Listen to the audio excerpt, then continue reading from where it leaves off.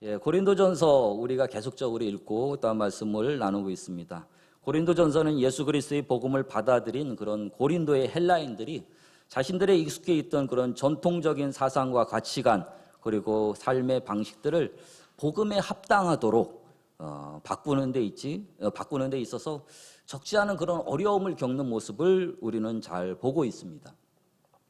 그래서 우리는 고린도전서를 통해서 복음 안에서 아직 성숙하지 못한 초대교회, 특별히 한 공동체의 모습을 생생하게 우리는 볼 수가 있습니다.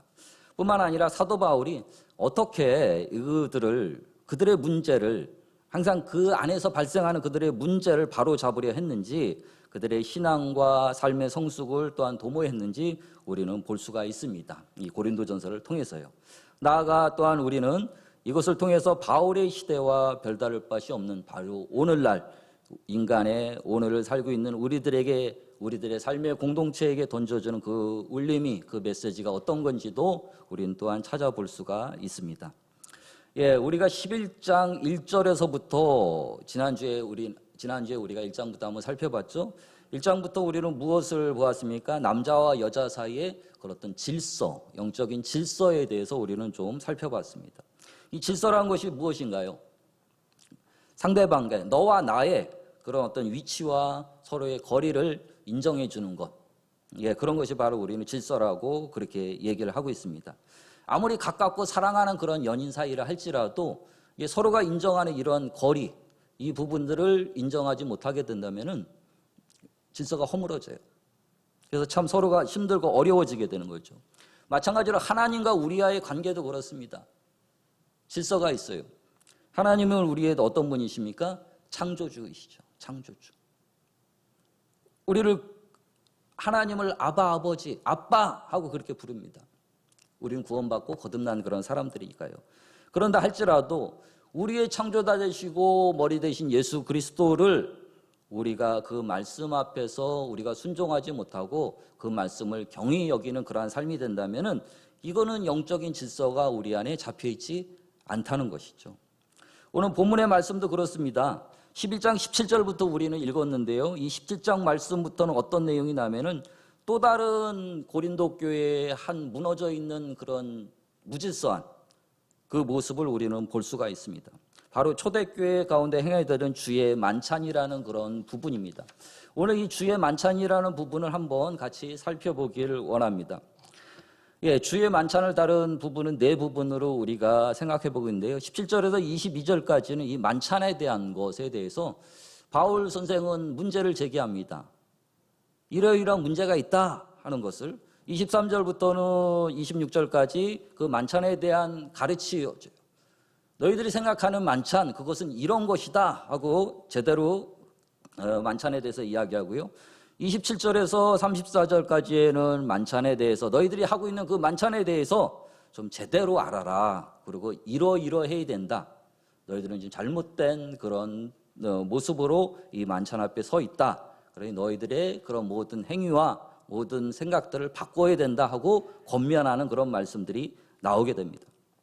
주의 만찬, 이거는 예수님이 잡히시기 전날 제자들과 함께 유월절 만찬에서 유예했습니다. 예수님의 피, 곧 죽음으로 새 언약이 성취된 것을 기념하고 한피 나는 한 식구임을 확인하는 것이 바로 주의 만찬인 것이죠. 성찬과 세례, 그것은 기독교의 대표적인 예식입니다. 성례인 것이죠. 그런데 고린도 교회는 주의 만찬을 마치 개인 만찬으로 여기고 세상의 그런 권력과 부로 인한 차별과 분열의 장으로 만들어 버렸습니다. 그래서 바울 선생은 주의 만찬의 의미를 새롭게 그들에게 가르쳐주고 있는 겁니다. 개신교 신앙에서는 아까도 얘기했듯이 세례와 이 성찬이라는 것은 우리로 얘기하면 침례죠. 이 침례와 성찬이라는 것은 예수님이 직접 이 땅에 계시는 동안 행하셨던 그러한 성례예요. 우리에게 친히도 예수님은 이것을 행할 것을 말씀하고 있습니다. 참으로 기독교 신앙의 핵심이라고 이야기하고 있죠. 물에 잠기는 침례, 세례요. 이것을 통해서 우리는 죄악된 우리들의 인생이 예수님과 함께 죽었습니다. 물속에 들어갔을 때 물속에서 나옴을 통해서 우리는 어떻게 돼요? 부활한 예수님의 생명체로 다시금 서게 되는 것이죠. 바로 이것을 기념하고요. 성찬은 무엇입니까? 그리스도인으로 살아가는 우리의 삶이 예수 그리스도와 연합되어 있음을 보여주는 것이죠. 이것이 바로 성찬입니다. 예수님께서는 내가 곧 생명의 떡이다 하고 요한복음 6장에도 이렇게 이야기하게 되는데요.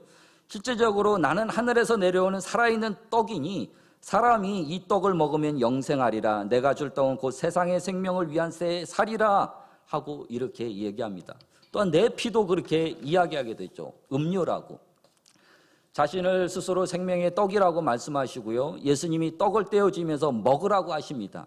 내 피가 참된 음료라고 하시면서 이 포도주를 마시라고 예수님은 말씀하고 있습니다. 성찬을 통해서 빵과 포도주를 우리가 마시는 우리들은 정말로 십자가에서 죽으신 예수 그리스도가 내 삶의 일부고 내가 예수의 일부님을 확인시켜주는 그 연합됨을 우리는 기억해야 될 줄 믿습니다. 그러면 고린도 교회의 문제가 무엇인가? 이렇게 성찬에 대해서 알고 있는데 성찬을 해나가면서 그들의 문제는 무엇인가? 이 고린도 교회는요, 성찬을 행하면서 어떠한 문제가 있었냐면 20절부터 21절까지 그렇게 얘기합니다. 바울은 너희가 함께 모여서 주의 만찬을 먹을 수 없으니 이는 먹을 때 각각 자기의 만찬을 먼저 갖다 먹으므로 어떤 사람은 시장하고 어떤 사람은 취함이라 하고 이렇게 시작하게 되는데요. 이것이 무슨 말이냐면요, 오늘날의 성찬과 그때 그 시절의 성찬은 틀렸습니다. 오늘날 우리가 행하는 성찬은 무엇이에요? 성례를 하는 것이 빵과 포도주를 가지고서 우리가 그것을 성찬을 떼요, 아침에. 그런데 예전에 그 유월절 식사 중에 이 성찬이 행해졌고요. 초대교회는 이 성찬이 식사와 더불어져서 성찬이 이루어졌습니다. 함께 음식을 먹은 뒤에 그 마지막 시간에 포도주와 성찬을 가지고 포도주와 빵을 가지고서 성찬을 했다는 것입니다. 그런데요, 고린도 교회에서 이루어졌던 그 성찬은 보통 우리가 오늘날의 예배는 아침 시간에 이렇게 드려지게 되잖아요. 그런데 그 시대의 예배의 시간, 특별히 성찬, 이 성만찬은 저녁의 시간이 이루어졌습니다. 하루의 일과를 마치고 이들이 돌아와서 모든 교회에 모여서 그렇게 성만찬을 해나갔다는 것이죠. 그러다 보니까 조금 부유하고 넉넉한 사람은 일찍 자리에 와요. 그리고 애찬을 하기 위해서는 자기가 집에서 음식을 싸가지고 오게 됩니다. 오늘날에는 교회가 다 모든 것을 준비하죠. 점심도 교회에서 다 준비를 하게 되는데 초대교회 사람들은 자신이 먹을 것들을 다 조금씩 마치 도시락을 싸오는 것처럼 그렇게 싸가지고 왔어요. 그리고 애찬을 막 하게 됩니다. 다 먹었어요. 다 먹고 나서 그 다음에 성찬의 예식이 있어지게 되는 것입니다. 그러다 보니까 좀 부유하고 넉넉한 사람은 일찍 자리에 와서 음식도 많이 먹고 그 다음에 넉넉한 시간에 성찬을 그렇게 여유롭게 참석을 하는데 그렇지 못하고 막 일을 마치고 또 남에게 고용된 그런 사람들은 자신의 어떤 자유라든가 시간이 부족하잖아요. 그러니까 막 허겁지겁 늦게 도착한 사람들은 이미도 그들이 먹고 남은 그런 찌꺼기만 바라볼 수밖에 없었고요. 시간에 쫓기면서 겨우 성찬에 참여할 때 너무나도 소외받는 그러한 감정을 그들은 느끼게 되어졌다는 것입니다. 마치요, 제가 가령적으로 말씀을 드릴게요. 우리 사랑교구하고 축복교구는 너무나도 잘 사는 분들이 많으세요. 저녁 시간입니다. 똑같이 7시예요. 우리가 지금 성만찬을 하게 돼요. 예전처럼 많은 음식을 싸가지고 와서 저 밑에 아래 1층 식당에 가서 막 만찬을 합니다. 서로 간에 주변 이야기도 하면서 사랑교구하고 축복교구는 너무나도 잘 사는 분들이 많이 계시니까. 근데 꿈교구는 그렇지가 않아요. 가난하고 그런 분들이 많이 계세요. 그러다 보니까 축복과 사랑은 많이도 애찬을 다 하고 나서 다시금 이 자리에 와서 넉넉하게 여유롭게 성찬을 하려고 합니다. 근데 남의 집살이도 하고 열심히 돈을 벌고 열심히 일했던 축복교구의 사람들은 뒤늦게 허겁지겁 시간에 맞춰서 왔는데 이미도 음식은 다 없는 거예요. 먹어버린 거예요. 얼마나 마음이 소외받겠습니까? 똑같은 교회의 공동체고 교회의 식구인데 움켜쥐고 배고픈 그 배를 움켜쥐면서 성찬에 참여하게 되죠. 마치 이런 모습인 것입니다. 같은 식구라고 하면서 같은 교회 공동체라고 하면서 한 가족이라고 하면서 이미도 먹을 거는 다 취해버린 것이죠. 다 먹어버린 것입니다. 그리고 나서 너희들 왜 이렇게 시간 맞춰서 오지 못하니? 좀 제대로 시간 맞춰서 와서 같이 먹고 같이 즐기고 또 같이 성찬도 참여하고 이래야 되는데, 근데 그럴 수 없잖아요. 늦게 끝나면은 차도 막히고 버스도 기다려야 되고 길도 막히고 허겁지겁 막 달려왔는데 그런 빈잔을 듣는 겁니다. 시간도 못 맞춘다고. 모든 것이 다 끝나버렸어요. 부유한 자들의 그런 잔치가 되어버렸습니다. 그러니까 한쪽에서는 정말로 한 식구라고 하면서도 가족이라고 하면서도 냉대를 받고 소외를 받는 그런 감정을 느끼게 되는 것이죠. 그러다 보면 어떻게 돼요? 이 교회, 우리 교회 정말로 이들이 내 가족인가 생각하면서 가게 되죠. 23절 26절의 성찬에 대해서 바울은 제대로 알려주길 원합니다. 너희들이 알고 있는 성찬 그것이 아니다. 너희들이 지금까지 행하는 그런 성찬은 그것이 아니다. 23절부터요. 내가 너희에게 전한 것은 주께 받은 것이니 곧 주 예수께서 잡히시던 밤에 떡을 가지시사 축사하시고 떼어 이루시되 이것을 너희를 위하는 내 몸이니 이것을 행하여 나를 기념하라 하시고 식후에 또한 그와 같이 잔을 가지시고 이르시되 이 잔은 내 피로 세운 언약이니 이것을 행하며 마실 때마다 나를 기념하라 하셨으니 너희가 이 떡을 먹으며 이 잔을 마실 때마다 주의 죽으심을 그가 오실 때까지 전하는 것이라 하고 이렇게 바울 선생은 이야기하게 됩니다. 바울은 고린도 교인들에게 있어서 예수님이 친히 명하신 성찬의 그런 바른 자세, 그것을 바로 설명하고 있는 것이죠. 그런데 이 메시지가 그때 그 당시에 고린도 교인들에게만 전해주는 그런 메시지인가? 그렇지 않습니다. 우리하고 전혀 상관이 없지 않습니까? 그들이 행했던 그 성찬의 방식과 지금 우리는 전혀 틀린데요. 아니요. 우리하고 상관이 있는 그런 메시지가 됩니다. 그렇지 않습니다. 정말로 복음 앞에서는 우리에게 주시는 하나님의 메시지인 것입니다. 신앙의 본질, 그 신앙의 본질에 대해서 좀 제대로 알라는 것이에요.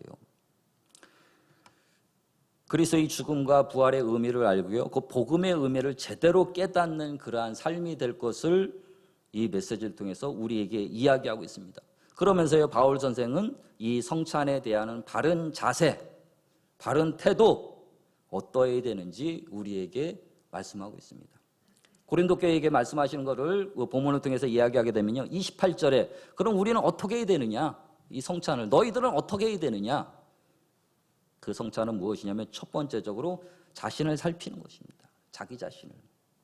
28절에 사람이 자기를 살피고 그 후에야 이 떡을 먹고 이 잔을 마실지니 하고 이야기합니다. 먼저 우리를 살피라는 것이에요. 먹기 전에 우리를 살피. 이 자신의 상태를 확인하고 내면을 살피라는 것입니다. 내 내면의 영혼의 상태를 살피라는 것입니다. 고린도 교회는요, 자신의 몸을 내어주신 예수님의 그 성찬을 깨닫지 못하고 있습니다. 그러다 보니까요, 이 성찬을 오용하고 있는 것입니다. 그러니까 바울 선생이 지금 혼인하고 있는 것입니다. 제대로 알지 못하니까요. 31절에도 보게 되면 우리가 우리를 살폈으면 판단을 받지 아니하려니와 하고 이렇게 기록하고 있죠. 먼저는 우리 자신을 제대로적으로 살펴야 됩니다. 지금 나는, 내 영혼은 어떤 상태인가? 바로 이것을 알라는 것이죠. 우리는 겉으로는요, 거룩한 공동체에 있다고 그렇게 생각하게 됩니다. 그런데 고린도 교회는 어떻게 파당이 나뉘었습니까? 우리가 고린도 전서를 읽을 때 처음에 바울파다, 게바파다, 그리스도파다 이리저리 나뉘어 있는 그런 모습을 보게 되죠. 한 교회 안에서, 거룩하다는 그 교회 안에서 이렇게 나눠져 있는 모습을 보게 됩니다. 그때만 그럴까요? 그 시대만 그럴까요? 아니지 않습니까? 겉으로는 거룩한 공동체라고 얘기하면서 우리들의 마음은 여기저기 요동하게 되어지고요. 보는 사람들 앞에서 우리는 겉으로는 웃으면서 행복해 보이지만은 우리 안에 슬픔과 분노와 시기와 질투와 미움과 이런 것들이 가득 차지 않습니까? 이런 내면에 우리들의 성숙하지 못한 그런 모습을 가지고서 우리는 성찬에 임하게 되는 거죠. 그래서 우리가 복음 앞에 서게 되면요, 우리는 우리 자신의 내면을 찬찬히 살펴봐야 됩니다. 그리스도의 십자가 죽으심을 경험하면서 그리스도와 연합하는 그러한 일상을 우리는 살아가기 원한다면 먼저는 우리의 자기 자신, 내 모습이 어떠해야 된다는 것을 우리를 제대로 깨달아야 된다는 것이죠. 여러분 학교에 가거나 직장에 가거나 어디서든지 예비 검사를 하게 됩니다. 학교에 가기도 해도 학원을 등록하기도 해도 여러분의 상태인가, 여러분들의 실력이 어떤지 검사를 하게 되죠. 병원에서도요, 치료를 하기 전에 우리들의 상태가 어떤지 검사를 하게 돼요. 어떤 검사 대표적으로 많이 받아요? 가면 무조건 엑스레이부터 찍습니다. 예. 그죠? 무조건 찍어요. 예. 어떤지, 우리의 속이 어떤지 검사를 하게 되죠. 아주 철저하게 검사해요. 그리고 나서 의사는 처방을 하게 되고 치료를 시작하게 되죠. 학교에서도 그렇고요. 직장에서도 그렇습니다. 이 사람의 실력이, 이 사람의 경력이 무엇을 잘하는지 다 살펴봐요. 그리고 나서 그 다음에 일을 주게 되죠. 학교에서도 그렇잖아요. 학교에서도 이 사람의, 이 학생의 성적이 어떤지, 어느 정도 실력인지, 그 다음에 그 실력을 가늠하고 나서 그 학생의 공부를 시작하게 됩니다. 마찬가지로 우리가 하나님의 사람으로 서나가기 위해서는 그 시작은 무엇이냐면은 바로 우리 신앙의 첫걸음은 우리 자신의 모습을 철저히 살펴봐야 된다는 것입니다. 그런데 중요한 것은요, 내가 내 자신 스스로 자기 진단을 하게 되면은 이것은 조금은 위험해요. 좀 더 객관적인 모습으로 나 자신을 평가해 봤고요, 내 자신의 모습을 들여다 봐야 되는 것입니다. 건축물에 있어서 많은 그러한 법적인 부분이 있는데 특별히 소방법이 굉장히 강해요. 신축 건물을 하더라도요, 이 소방법만 통과하게 되면은 그 다음은 참 쉬워요. 건축물이 완성되어지는. 그런데 이 소방법에서 굉장히 까다롭기 때문에 많은 건축주 또 건축 시공회사가 이 소방법을 지키기 위해서 참 어려운 그런 모습을 갖게 됩니다. 그런데 예전에는요, 이 소방법이 좀 작은 건물, 사이즈가 작은 건물에서는 스스로 자가 진단을 하게 했습니다. 자가 진단을 해서 목록표를 만들고 그 리스트를 소방서에 직접 가지고 가서 점검을 받았어요. 그러다 보니까 이 건물주들이 어떻게 돼요? 좀 자기 유리한 대로 법적인 부분을 만들어냅니다. 그리고 진단을 받습니다. 다 통과를 시켜주죠. 소방서에서는. 그런데요, 예전엔 그랬는데 지금은 안 그래요. 건물들의 그 모습이 정식 허가 맡은 그러한 업체를 통해서, 소방업체를 통해서 객관적으로 그 건물을 평가받게 됐습니다. 그래서 그 평가받은 것을 1년에 한 번씩 평가받은 것을 그 업체가 대행해서 소방서에서 검사를 맡고 확인을 하게 되고 통과를 시켜줍니다.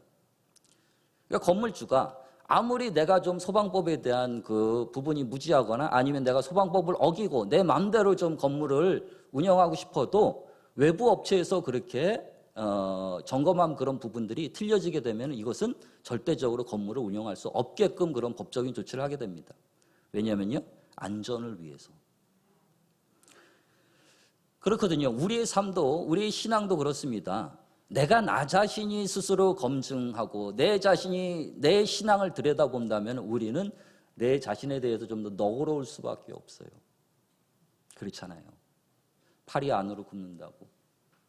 내 자신의 모습에 우리는 스스로 너그러울 수밖에 없지만 타인이 객관적으로 나의 신앙을 들여다보고요, 나의 모습을 보게 될 때는 분명한 하자가 나타나게 되죠. 바로 살피라, 이 살피라는 말씀을 통해서 우리는 우리의 신앙의 모습을 좀 더 심도 깊게 좀 살펴봤으면 좋겠습니다. 우리는 신앙의 연륜이 높다고, 우리는 많이 배웠다고, 오래 교회 또한 봉사를 하고 헌신을 하고 우리는 그렇게 자리를 지켰지만은 여전히 우리는 하자를 가지고 있죠. 내가 알지 못하는 바로 그 부분들이 확인되어져야 돼요. 그 확인됨을 통해서 우리의 신앙이 조금씩 성장하게 되는 것이죠. 바울 선생은 바로 이것을 이야기하고 있습니다. 살펴라. 너희를 좀 제대로 살펴라. 바로 이것이죠. 두 번째로요, 29절 말씀입니다. 주의 몸을 분별해라. 주의 몸을 분별하지 못하고 먹고 마시는 자는 자기의 죄를 먹고 마시는 것이니라 하고 이렇게 얘기합니다. 주의 몸을 분별하래요. 이 분별하는 것이 뭐예요? 주의 몸. 주의 몸은 바로 예수 그리스도를 말씀하고 있죠. 분별하라. 이것은 어떤 사람이나 사물을 나머지 것들에 하고 이렇게 섞이지 않게 좀 구별하라, 이런 말씀, 이런 뜻이 있는 것입니다. 결론적으로는 바로 예수 그리스도, 예수님 그분에게 최고의 우선권, 영의 영광을 바로 드려야 된다는 것이죠. 예수님을 구별해서 우리는 세워드려야 된다는 것입니다. 모든 것에 있어서 예수 그리스도를 최고의 자리에 두는 것, 그것이 우리의 신앙의 첫 번째적인 그런 부분입니다. 자기를 살피라는 의미가 나 자신의 내면, 내 속을 들여다보는 것이라면은 주의 몸을 분별하라는 의미는 예수님과의 그런 관계 가운데서 최고로 예수님 앞에 가치와 영광을 돌려드릴 수 있는 그런 삶이 돼야 된다는 것을 이야기하고 있죠. 정말 우리에게 중요한 것이 무엇이 있습니까? 정말 무엇이 중요할까요? 나를 위해서 자신의 몸을 주신 예수님의 몸, 정말로 우리는 그분의 앞에 대해서 가장 귀한 그분의 모습을 인정하고 있습니까? 주님의 보혈을 우리는 알면서도 정말 그것이 가치 있는, 나를 살리신 가치 있는 주님의 보혈이라는 것을 우리는 알고 있습니까? 우리는 그렇게 그분을 예비하며 우리는 섬기고 있습니까? 무엇이 우리의 인생 가운데서 가장 가치 있는지 우리는 깨달아 알아야 된다는 것이죠. 매일의 일상을 우리가 정말로 예수님의 그러한 보혈을, 몸을 기억하게 된다면 이 보혈의 의미, 예수님을 최고의 가치로 우리의 삶 가운데 우선순위로 세워야 된다는 것을 이야기하고 있죠. 자, 그럼 마지막으로 그러면 바울 선생은 어떻게 우리가 이 성찬에 대해서 자세를 가져야 되느냐, 그것을 말씀하고 있는데요. 34절 말씀입니다. 33절에 그런즉 내 형제들아 먹으러 모일 때에 너희가 스스로 서로 기다리라. 성찬을 대할 때의 세 번째 그런 권면의 말씀입니다. 주의 몸의 1차적인 그런 의미는 예수 그리스도의 그러한 의미, 몸의 의미를 이야기하고 있습니다. 하지만 주의 몸의 2차적인 그런 의미는 무엇이냐면 바로 교회 공동체를 이야기하고 있습니다. 주의 몸인 교회 공동체의 유익을 위해서 서로 기다려줘야 된다는 것을 이야기하고 있죠. 우리는 서로 주님의 몸의 일원이기 때문에 서로를 기다려야 될지 믿습니다. 참아줘야 돼요. 기다려주는 것을 우리는 행해야 된다는 것입니다. 아이가요, 어린아이가 스스로 자기가 일어나서 뭔가 좀 사람 구실을 할 때까지 뭐 밥도 먹고 뭐 걸어 다니기도 하고 일도 하고 그럴 때까지 많은 그런 도움과 섬김이 필요하잖아요. 부모가 없게 된다면은 그냥 애만 낳았어요. 애를 낳고 나서 그냥 방치하게 되면 어떡합니까? 아이는 자라날 수가 없게 되는 것이죠. 성장할 수가 없습니다. 이 아이가 자라날 때까지 부모는 어떻게 도와줘야 되잖아요. 여러 가지로 도와줘야 됩니다.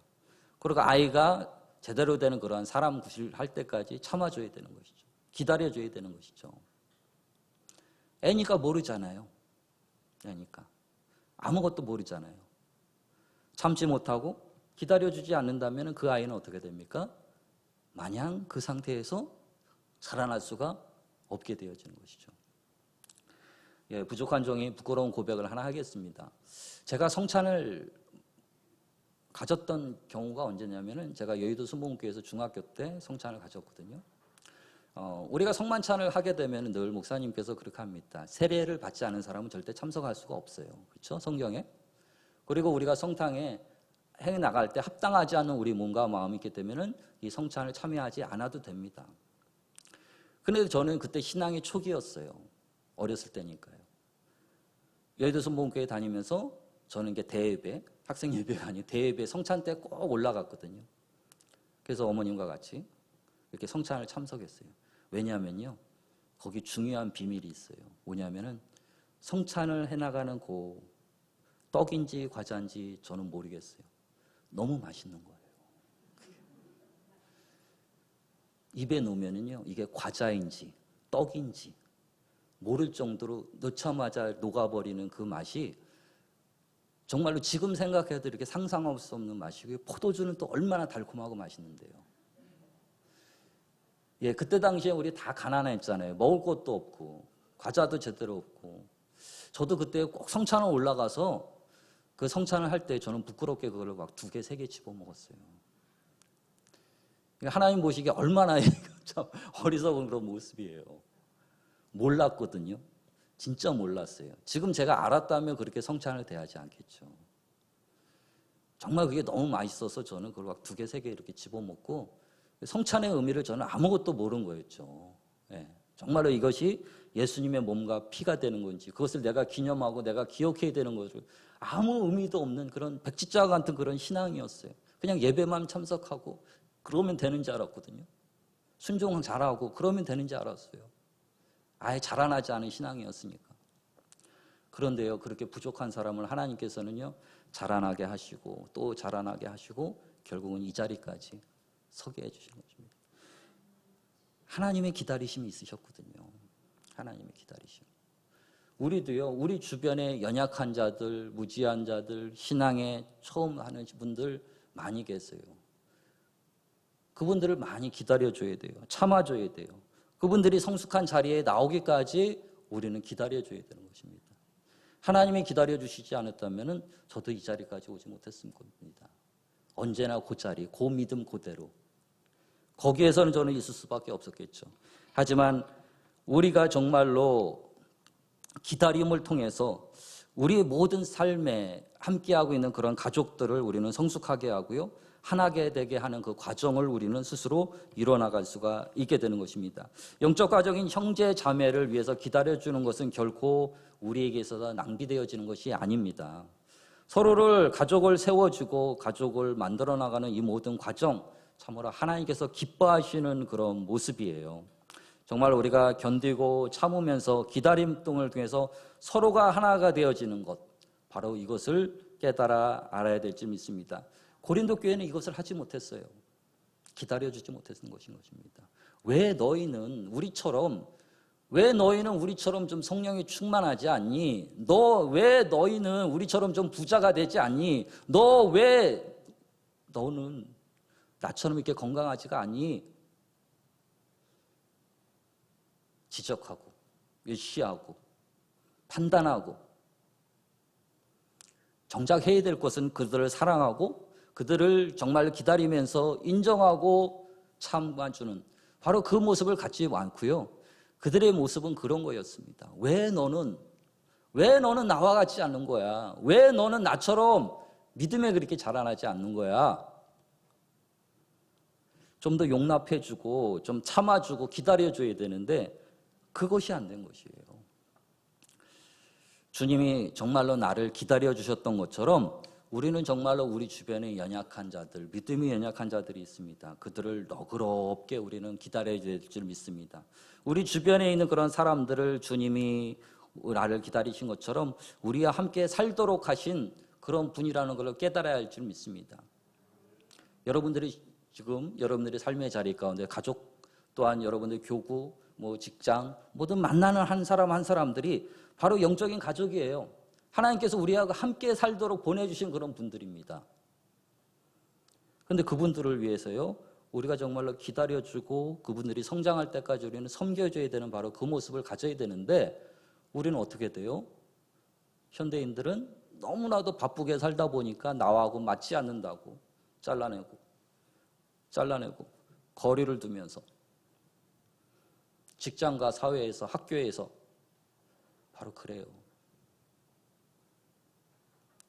모든 조직에서 공동체에서 바로 그런 모습을 하게 됩니다. 심지어는 교회에서까지 맞지 않는다고 멀리하고요, 잘라내고요.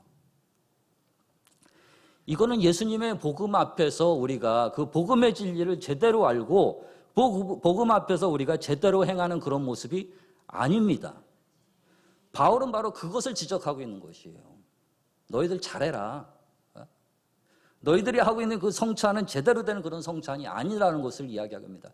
차라리 너희들이 하고 있는 이 성찬 제대로 하지 못할 거면 하지 마라. 이거는 해악이다. 무익한 것이다. 독이 된다. 이렇게까지 바울은 이야기하게 되죠. 여기까지 우리는 성찬에 대하는 그런 자세와 태도에 대해서 우리가 보게 되었습니다. 근데 마지막으로요, 제가 더 한 말씀 드리기 원한 것은 마지막으로 우리는 주님이 우리들에게 행하신 그 복음의 메시지, 그것에 대해서 좀 같이 우리는 살펴보기를 원하는데요. 23절 말씀에 보게 되면은요, 내가 너희에게 전한 것은 주께 받은 것이니 곧 주 예수께서 잡히시던 밤에 떡을 가지사 하고 이렇게 시작하게 됩니다. 오늘 메시지 바로 주님의 귀한 마음이 담겨 있습니다. 이 성찬에 대해서요. 주님의 귀한 어떤 메시지냐면요, 그것은 바로 우리를 향하신 주님의 사랑, 바로 그것입니다. 주님의 사랑. 23절에는 주님께서 잡히시던 밤에 떡을 가지시다 하고 이렇게 시작하게 되는데요. 이 잡히시던 밤, 주님이 잡히시던 밤이, 이 밤이 도대체 어떤 밤입니까? 우리가 사복음서를 쭉 살펴보게 되면은요, 아주 처절한, 아주 끔찍한 그런 밤이에요. 어떤 밤입니까? 예수님의 제자들한테 배신을 당하고, 로마 군병들한테 잡혀가고, 유대인 같은 동족한테 무시를 당하면서 마치 개처럼 끌려다니는 심한 모욕과 배신과 바로 그 자리, 그 시간이 바로 이 밤의 시간이었어요. 그런데요, 예수님 지금 이 밤이 나에게 지금 찾아오고 있어요. 이 시간이 나에게 지금 다가오고 있습니다. 그런데 예수님은 지금 무엇을 하세요? 유월절 밤에 제자들을 모아놓고 제자들에게 성찬을 지금 하고 계십니다. 왜요? 왜 그렇습니까? 예수님이요, 자기가 지금 잡혀가요. 떠나버리면은 그동안 나와 함께 했던 이 제자들, 이 어린 이 제자들, 아이고 이 녀석들, 내가 떠나면은 얼마나 지금도 멸시당하고 지금도 두려워하고 지금도 두려워서 이렇게 떨고 있는 백성들, 이 제자들, 내가 떠나면은, 내가 죽게 되면은 이들을 어떻게 할까? 이들에게 힘을 주시기 원했고요. 이들에게 사랑하시기 원하셨고요. 그래서 주의 만찬을 그들에게 베풀어 주시고 있습니다. 이거 내 몸이야. 이게 내 피야.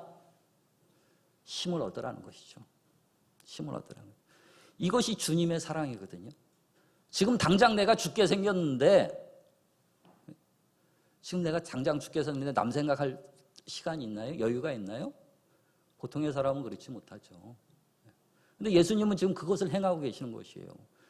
조금 있으면 이 녀석이 나를 처절하게 배신하고 떠나버릴 텐데, 나를 욕하고 나를 저주하고 떠나버릴 텐데, 그 녀석을 향해서 내가 지금 성찬을 베풀고 있는 겁니다.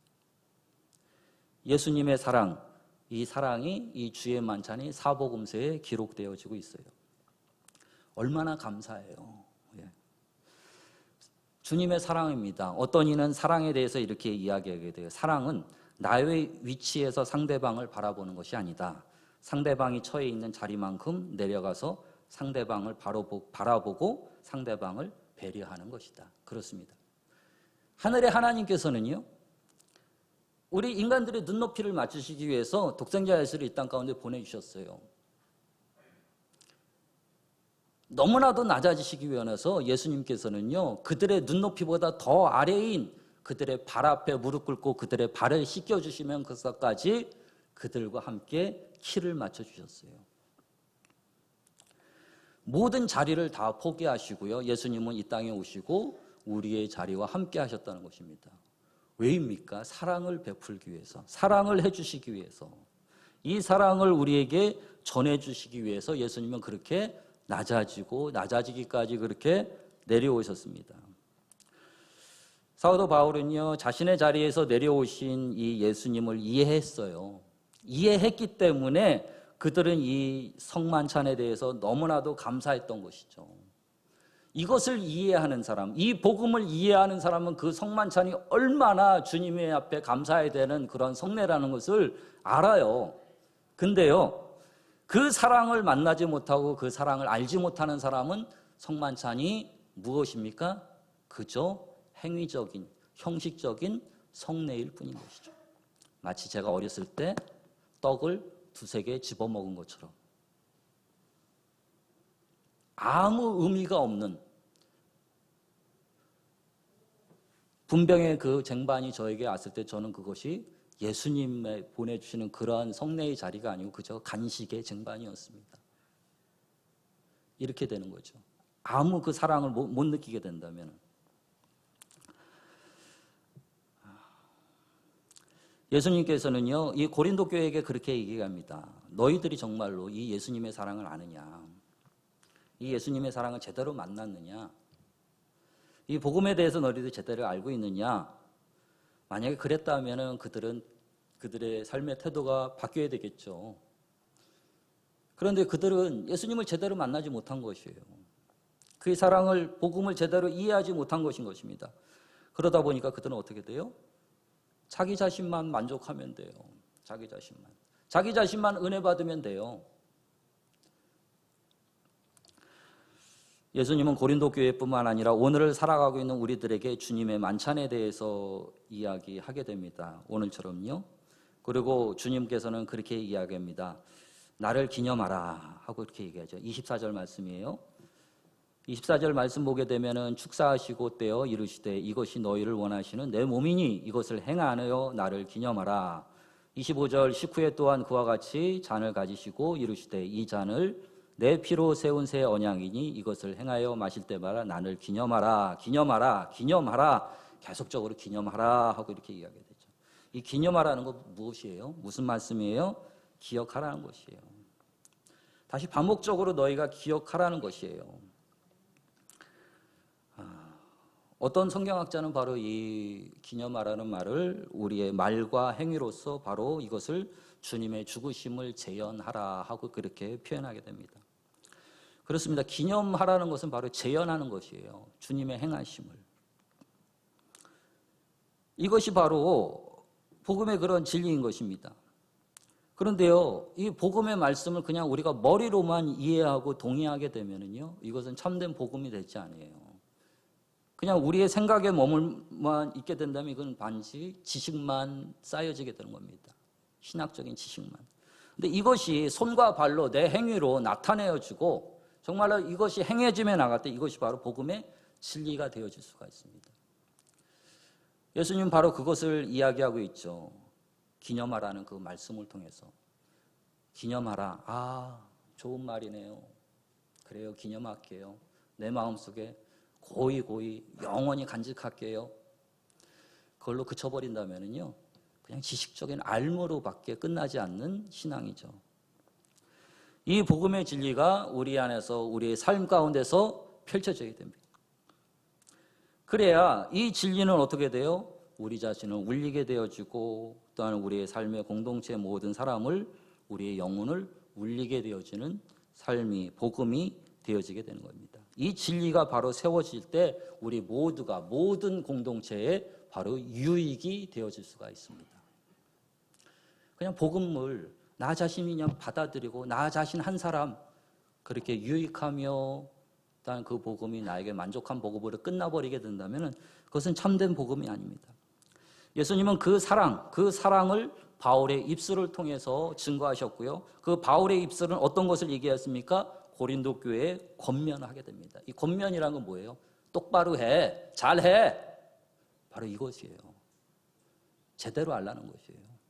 너희들 지금 잘못했다는 것입니다. 바울의 권면은. 왜 복음의 참 진리를 알게 하려고 했습니까? 하나님께서는. 왜 복음의 그 참 진리를 알게 했을까요?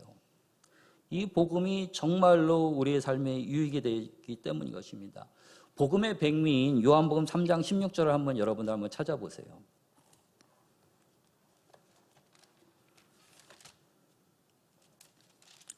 예, 여러분들 너무나도 잘 아시는 말씀이죠. 복음의 백미인 요한복음 3장 16절, 하나님이 세상을 이처럼 사랑하사 독생자를 주셨으니 이는 그를 믿는 자마다 멸망하지 않고 영생을 얻게 하려 하심이라. 17절 말씀입니다. 하나님이 그 아들을 세상에 보내신 것은 세상을 심판하려 하심이 아니요 그로 말미암아 세상이 구원을 받게 하려 하심이라 하고 이렇게 기록됐습니다. 이 요한복음 3장 16절 말씀을 보게 되면은요, 하나님께서 우리를 너무나도 사랑하여 주셔서 우리에게 독생자 예수 그리스도를 주셨어요. 보내주셨어요. 그래서 우리는 구원받았습니다. 맞죠? 맞는 말입니다. 그런데요, 하나님께서는요, 이 복음에 대해서 귀한 또 하나님의 뜻을 계속적으로 이야기하고 있는데요. 17절 말씀을 보게 되면 이 그로 말미암아 예수님을 말미암아 세상이 구원받게 하려 하신다 하고 계속적으로 복음의 말씀을 이어나가고 계세요.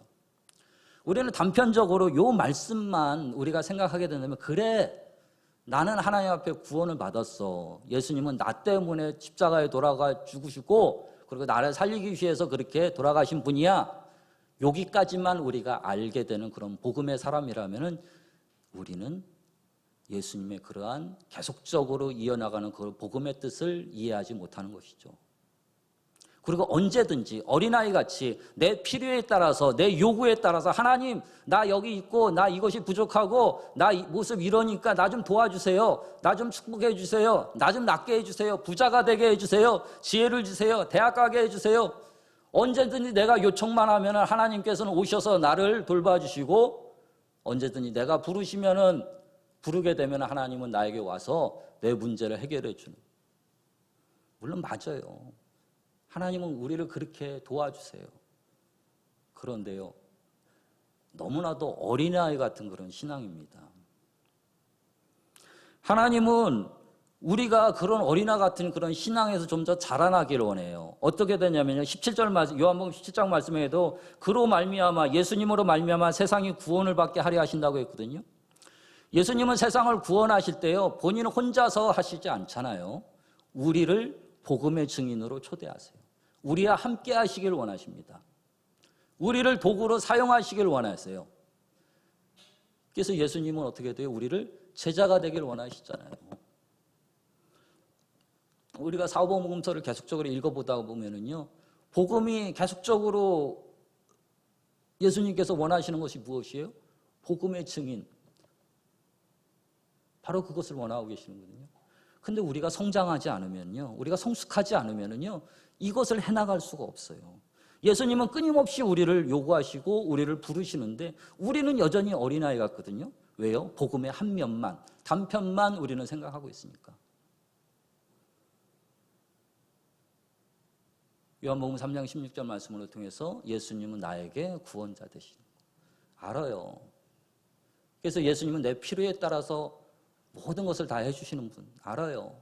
근데 거기서 머물러 버리면은요, 예수님의 뜻을, 생각을 우리는 모르고 있습니다.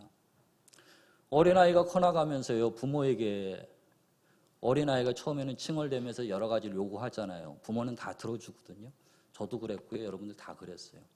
근데 어린아이가 어느 정도 컸는데 계속적으로 부모님 품 안에서 뭔가를 달라고 하고 요구하기만 하고 자기 이기적인 것만 자꾸 생각하게 된다면 부모는 어떻게 돼요?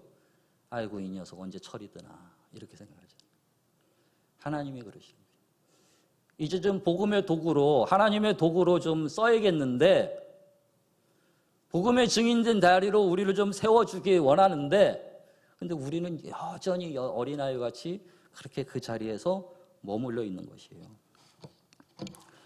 그렇기 때문에 우리는 성장해야 되는 이유가 있습니다. 하나님이 우리를 부르시기 때문에 우리를 증인의 동역자로 세우시기 위함입니다. 고린도 교회나 오늘 살고 있는 우리에게 있어서 복음의 증인으로 세우시기 위해서 하나님은 그때 그 시절에도 바울의 입술을 통해서 그들을 권면했습니다. 왜냐하여 복음의 증인으로 고린도 교회 성도들이 세워지기 위해서요. 오늘날에 살고 있는 우리 교회에도 하나님께서는 끊임없이 권면하세요. 그 어떤 누구를 통해서, 말씀을 통해서 우리에게 권면하고 계십니다.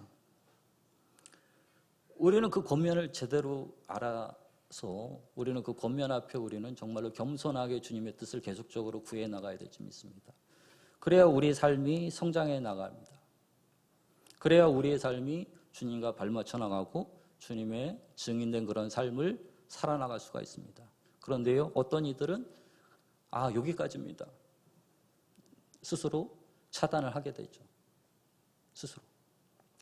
어떤 분들은 참 그렇게 바보스러운 그런 이야기를 하더라고요. 내가 교회 공동체에 조금 깊게 들어가면 상처받고 힘들어서 나 여기까지만 할래요. 여기까지만 봉사하고 나 여기까지만 참석하고 여기까지만 나 신앙생활이에요. 그런 분들은요, 딱 하나님께서 거기까지만 은혜 주세요. 문제가 있고 우리의 삶이 어려움이 있을지라도 눈앞에 보여지는 그 어려움과 환난이 있을지라도 그것을 딛고 돌파하고 이겨나갈 때 계속적으로 하나님께서는 우리에게 은혜를 베풀어 주시거든요. 근데 그것을 알지 못하고 그냥 고기 안에서만 머물려고 합니다. 내가 상처받는다고, 내가 아프다고. 하나님께서는 어느 누군가를 통해서 가월 선생도 그랬지만 계속적으로 우리를 권면하고 있습니다. 왜냐하면 우리가 성장하기 위한, 또한 성장을 해야 되는 그런 이유를 우리는 갖고 있기 때문이거든요. 그리스도인들은 성장을 해야 됩니다. 계속적으로. 우리가 복음의 진리를 깨닫는다는 것은 바로 이것이에요. 한편에 우리 지난번에 그 교육자 회의 때도 우리 담임 목사님께서 그런 말씀을 해주셨어요. 복음의 단편적인 부분만을 보지 말자. 그렇습니다. 주님께서 우리에게 베풀어진 수많은 그런 뜻이 계시고요. 우리를 향하신 그런 바람이 계시거든요. 근데 어느 한편만 바라보면서 나만 은혜 받으면 끝이야 하고 이렇게 생각하게 된다면 우리의 공동체의 유익이라는 것은 없습니다. 우리의 삶은 변화되지 않습니다. 일단 우리는 나가서 복음의 증인으로 서나갈 수가 없습니다. 하나님은 우리 주변에 계속적으로 많은 사람들을 보내주셔요. 하늘치 아파트도 그렇고요, 아이파크도 그렇고요, 계속적으로 우리 주변에 수많은 사람들을 보내주십니다. 하나님, 우리가 복음의 증인이 되어져서 이 하나님, 우리가 알았던, 우리가 만났던 그분을 증거하길 원하고 계시거든요. 그것이 바로 주님의 뜻이에요. 그러기 위해서는 우리가 성장을 해야 될까요? 안 해야 될까요? 성장을 해야 되죠. 저도 그렇지만요, 여러분도 더 부쩍 성장하셔야 돼요. 더 부쩍 성장하셔서 주님의 뜻을 이루는 저와 여러분 되시길 바라겠습니다. 저는 예전에 총각 때 기독교 회사를 다녔어요. 이랜드라는 회사를 다녔는데 거기에 회사의 사보, 그 회사의 책 사보가 있어요. 그 제목이 무엇인지 아세요? 아름다운 정상이에요. 아름다운 정상. 우리가 각자의 부서와 처소는 다르지만은 우리가 정말로 갈고 닦아서 열심히 노력해서 우리의 최고의 높인 그 아름다운 정상에서 우리가 모두 모여서 만나자 하는 그런 뜻에서 아름다운 정상이거든요. 우리 모두가 좀 그 아름다운 정상과 뜻은 틀리겠지만은요, 바로 저 영원한 천국 가기 전까지 우리가 계속적으로 주님 앞에서 주님의 뜻을 바라보면서 성장하는 우리들의 모습이 되었으면 좋겠습니다. 계속적으로 도전하시고요, 말씀 앞에 서게 된다면은 하나님은 우리를 계속적으로 성장시켜 줍니다. 그래서 우리를 주님의 도구로 사용해 주시는 것이죠. 여러분들 이 가을날 이제 깊이 있는 그런 가을이 이제 돼가는데요. 이 깊이 있는 그 가을에 우리 신앙이 좀 더 깊어지길 원합니다. 하나님 우리를 향하신 뜻, 우리 교회를 향하신 그 뜻, 그것을 내가 좀 더 알고요, 깊이 있게 깨닫고 그 안에 내가 좀 더 성숙한 모습으로서 주님과 동행하며 나아가길 원합니다. 바로 이 메시지가 저는 오늘 말하고 싶었어요. 오늘 그렇게 되길 원합니다. 할렐루야. 우리 스스로 한번 좀 고백했으면 좋겠습니다. 잘하자. 한번 따라해 보세요. 잘하자. 한번 크게 한번 소리 내볼까요? 잘하자. 우리가 복음 앞에서 좀 제대로 된 그런 신앙을 가지고서 주 앞에 승리하시는 저와 여러분이 되시길 바라겠습니다. 이 찬양 같이 부르면서 우리 힘차게 같이 기도하겠습니다. 성령의 불길.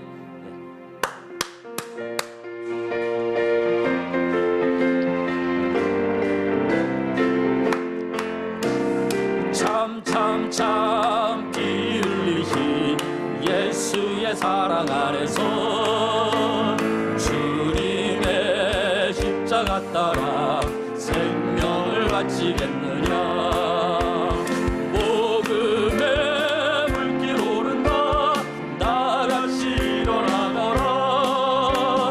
영광의 주님의 나라 나같이 장래하여라.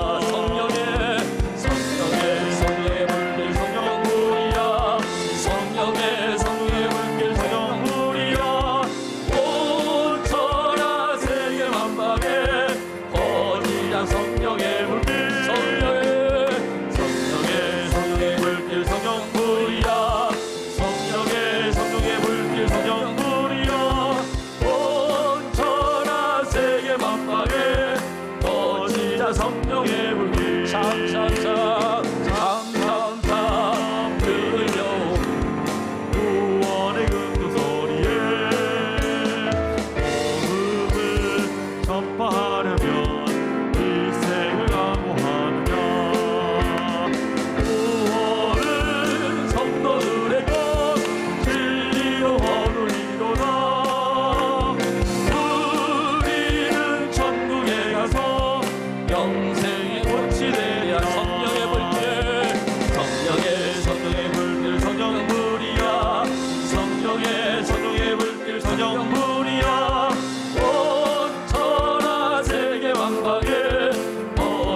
성령의 불길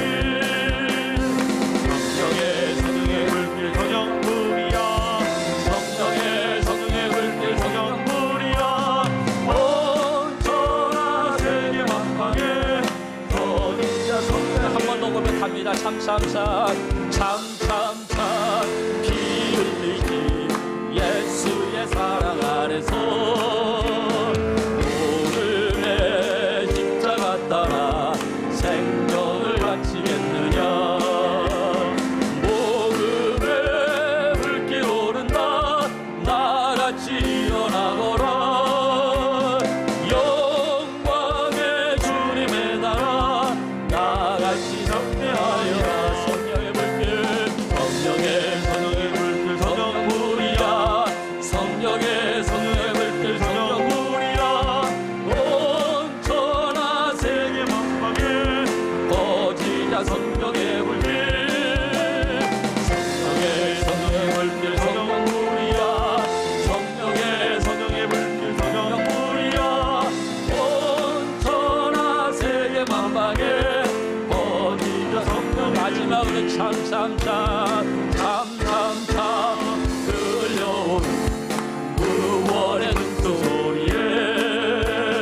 복음을 전파하려면 희생을 각오하는 구원은 성도들의 것으로 얻으리로라